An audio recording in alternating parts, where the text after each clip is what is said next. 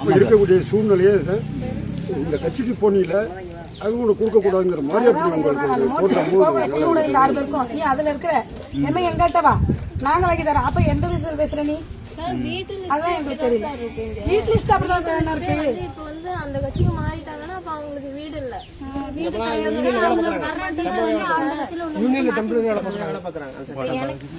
இப்ப என் பேரு அந்த நியூ லிஸ்ட்ல வந்து என் பேரு இருந்தாலும் இப்ப வந்து கிளர்க்கா பார்த்து அவங்க செலக்ட் பண்ணி கொடுத்து அவங்க ஒரு தீர்மானம் கொடுத்தா தானே சார் அது வந்து அதுல வந்து அவங்க எடுத்து கொடுப்பாங்க.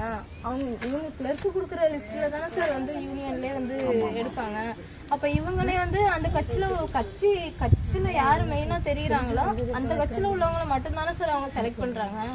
அப்போ வீடுங்கிறது பொதுவா உள்ளது தானே. அப்ப எல்லாருக்கும் நம்ம கட்சியாரங்க எல்லாமே இந்த பேரும் எடுக்கிறது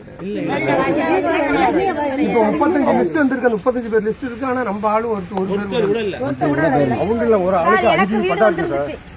எனக்கு நானும் இந்த பக்கத்துல உள்ள வந்த வீடு சித்ரா வீடு வந்து கிளர்க்கு போயிட்டு சொன்னாரு.